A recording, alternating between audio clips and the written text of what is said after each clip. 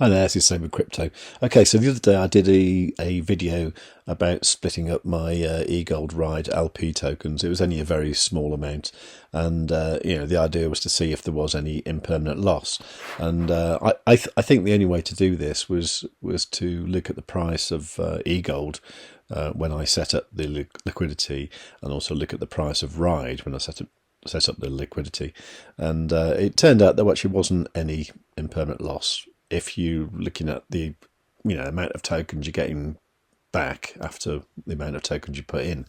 Obviously the amounts are slightly different, but the problem is if you start looking at the value of them today compared to what it was, say, like 2 months ago, then it's going to be different. Now that difference there, that isn't impermanent loss. And who was it now? It was Vlad Muntine here said he realised that the Ride farm along with the MEX farm lost a small amount of EGLD. He got in touch with one of the Maiar exchange support team and explained how impermanent loss could affect your farms on long terms. Right, so the message was, when you enter a farm, you need to create an LP token, right, with token 1, eGold, and token 2, Ride. And this LP token will be added to the farm pool, right? We know that. In December, I suppose you've created the LP token with 2.8 eGold and an amount of Ride. Now, because the eGold increased in its price more than the Ride token, you'll have less eGold and more Ride than before. Hope that helps. Right, now I think this is kind of what we know, isn't it? Also, there's other explanation from tech support saying the impermanent loss has an influence on the farm as long as the LP token exists and is influenced by the volatility in the trading pair, in your case, eGold Ride. And Vlad replied, so is it possible to have a number increase back to a certain ratio as the token goes up? And the answer was yes, there is a chance to get back to the initial amount if the price of Ride increased more than the EGLD price. For the moment, the loss is impermanent and becomes permanent only if you remove the liquidity tokens. Also, Pepsi TV, another viewer, did have a query yesterday, and I actually kind of went through it on my phone and did a little video, so I'll finish off this video with that in a minute. Just while I'm here though, what I wanted to talk about was the Metabonding, which is this thing here. Now, some people were saying, these things are going to have their own separate farms to produce these. This is correct. But what we're talking about regarding where you stake your eGold and where you stake your LKMEX for the snapshot is this snapshot period that begins in 10 days. So if we go to learn more, you can see what this is about here. The sequence of events is the official eGold staking and LKMEX Metabonding snapshots will begin on March the 15th. So at that point, you want to make sure you've got eGold in your Maiar app that's been staked, or you've got LKMEX in that farm, which is, for example, this one here. It looks like that snapshot period will run for a month, which is fairly standard. And then the official Metabonding claims of new tokens will begin on April the 15th. So that's the bit when, depending on how much eGold or LKMEX you had staked, you'll be able to claim some of these new tokens. Now, after that is when I believe you'll see the new farms, probably here.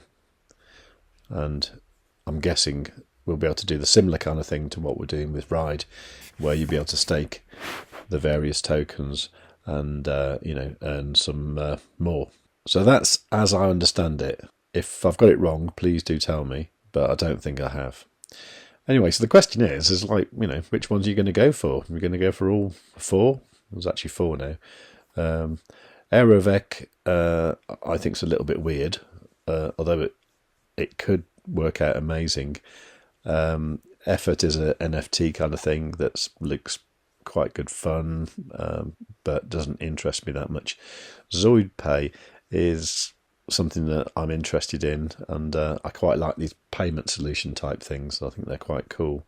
Isengard, I think, is going to be one of the main NFT type ones. So I think I'm mostly interested in Isengard and ZPAY. But if you know anything about these other projects, or if you know anything about ZPAY and Isengard, then please do leave a comment, tell me about it. If you want me to look into anything a bit more, then I can do. But anyway, I'll finish off with the video that I did the other day that was answering a comment that's actually on my savewith.crypto.org blog. If you want to go there, you can always go to the home page and click conversation. And what the idea is here is YouTube doesn't always allow various comments. If you put links in your comments, for example, then it won't allow you to do that. So it was actually this one by Pepsi TV, and he had this like image grab of his eGold versus MEX, and this is what I did. Okay, so I just wanted to finish off by just showing this comment that Pepsi TV left on my blog, which is savewithcrypto.org. Yeah, he was saying, or he or she was saying, hey, this is my stats for eGold and MEX LP token in the last 30 days and more. From what you can see in the picture, the eGold dropped from 5.087 to 4.704, and the MEX got from that number to that number, which is like more. I left a comment on the video but got deleted by YouTube, I guess. The impermanent loss here is kind of big, but with rewards until now that I got in LKMEX kind of compensates, and I made $80 profit with the current price. Okay, so that what he's talking about is the table here, right? So it's got the amount of eGold and MEX going from the 31st of January down to today. Okay. Now, what I thought the way to do this is to have a look at what the price was on the 31st of January. Okay, and then look at the price of MEX and the price of eGold, and then work out what it'd be worth today if you could just sort of take the stuff out of the farm and get the price back that they were worth on the 31st of January. Okay.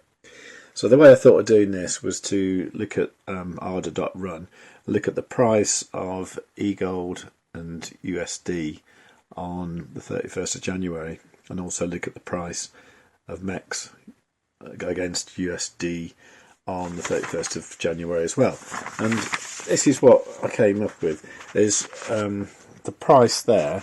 So MEX was like 0.000299895, and eGold was 141.75. Now, if you get the figures that Pepsi TV had from the 31st of January, you can see that it would have been worth, the eGold would have been worth $721, and the MEX would have been worth $741.60, and the eGold today would be worth $666.8, and the MEX would be worth $802. Okay. Now, if you add them up, what it comes out is you started off with 14.62.60 cents, and today you would have 14.68.80 cents. So I'm just not seeing this impermanent loss. You know, I think what's happening is people are looking at the price of the assets changing and then seeing that as unfavourable, which obviously if you're going to look at the overall value of the assets, then that's what you're going to see. But I think we all know that in the future the price of MEX is going to go up, the price of eGold is definitely going to go up. So if you've got similar amounts to what you started with, you're going to have more. So hopefully that clears that up. Okay, so I hope that helped reassure a few people. Yeah, really, you just got to stop looking at the US dollar price, especially at the moment when everything's gone down quite a lot in the last couple of months or so, and certainly since the Maiar Dex was introduced. So there you go. And yeah, meanwhile, let's have a look at Bitcoin. Yeah, it's kind of respecting my little parallel channel here, so hopefully it will just carry on up, and everything else will follow. Well, we can only hope. Anyway, so have a great weekend. If you enjoyed the video, give it a like. If you didn't like it, click dislike twice. Leave a nice comment, especially if you've got any like inquiries and stuff like that. Any questions? Make sure you're subscribed and you've got the notification bell ticked. And above all, tell your friends.